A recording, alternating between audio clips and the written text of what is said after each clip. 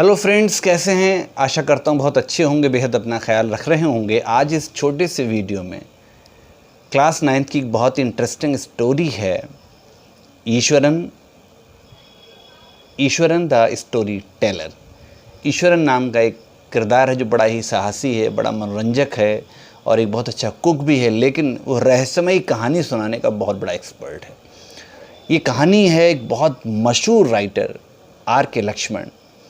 Times of India में 30-40 साल तक इनके कार्टून्स बड़े मशहूर थे, यू सेड इट के टाइटल से, और इनकी कहानियाँ बड़ी इंटरेस्टिंग रही हैं और बहुत पसंद की गई हैं। इनकी ऐसी एक कहानी आज हम पढ़ेंगे।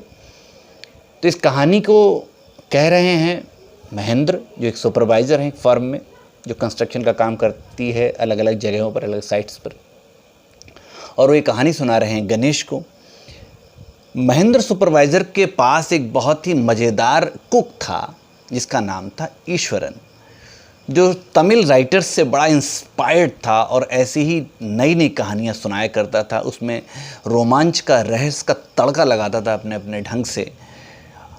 वो सीधी सी बात को भी सीधे से नहीं कहता था, उसमें एक सस्पेंस क्रिएट करता था कि मैं ऐसे कह रहा हूँ, आपको पता है क्या हुआ, ऐसा करके।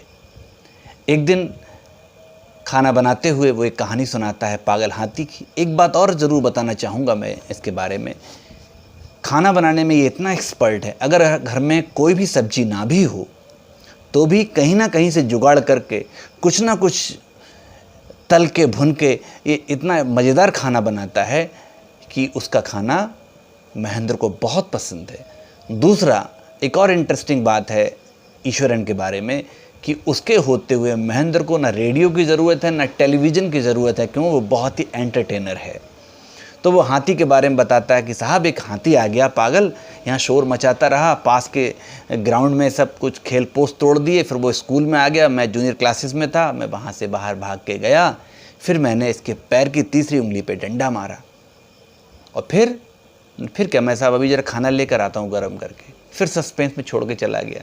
फिर लौट कर आया तो फिर बताया कि फिर क्या हुआ। बोले फिर क्या हुआ? फिर वो हाथी सही करने के लिए डॉक्टर आए और उन्होंने उस पर काबू किया। तो इस तरह से वो चीज़ों को बड़े तरह तरह से वो पेश करता है, और महेंद्र उनकी कहानियों पर ध्यान ना देते हुए खाने पर बहुत ध्यान देता है, क्योंकि खाना बहुत ही टेस्टी बनाता है, वो डिलीशियस फूड मेकर है। एक दिन वो कहता है सुबह कि साहब आज कुछ स्पेशल खाना बनाएं। तो उसने कहा क्यों, आज क्या खास बात? उसने कहा साहब आज बहुत ही खास बात है, पूर्णिमा का दिन है और आज के दिन हम उन लोगों को याद करते हैं जो मर चुके हैं, यानी कि पुरानी आत्माओं को। तो नहीं, ठीक है, जैसा तुम्हारा मन करे। वो खाना बनाता है, खाने के साथ साथ एक नई कहानी सुना देता है कि मैंने रात में भूत देखा, और साहब जहाँ ये फैक्ट्री है जहाँ हम रह रहे हैं ना, यहाँ पर पहले कभी कब्रिस्तान था। अब महेंद्र खाना तो खा रहा है लेकिन डर जाता है। फिर वो कहता है जब मैं शुरू में आया था साहब, मुझे यहीं जगह खोपड़ी मिली थी, और अभी साहब कई बार मैं जब बाहर जाता हूँ तो मुझे कंकाल मिल जाते हैं, खोपड़ियाँ मिल जाती हैं, हड्डियाँ मिल जाती हैं। इसका मतलब ये बात तो सच है कि यहाँ पहले कब्रिस्तान हुआ करता था। और साहब एक रात तो मैंने एक ऐसी भूत को देखा, एक चुड़ैल को देखा जिसकी गोद में बच्चा था, भ्रूण था।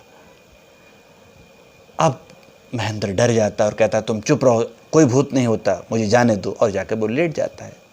रात में सच में उसे बहुत डर लगता है। वो खिड़की खोल के बाहर देखना चाहता है, जो उसकी आदत है, वो चेक करता है कि बाहर सब कुछ ठीक है, फैक्ट्री की ओर भी नज़र मारता है। अचानक उसे ऐसा आभास होता है कि बाहर कॉरिडोर में कोई है, और उस दिन वो बहुत डर जाता है।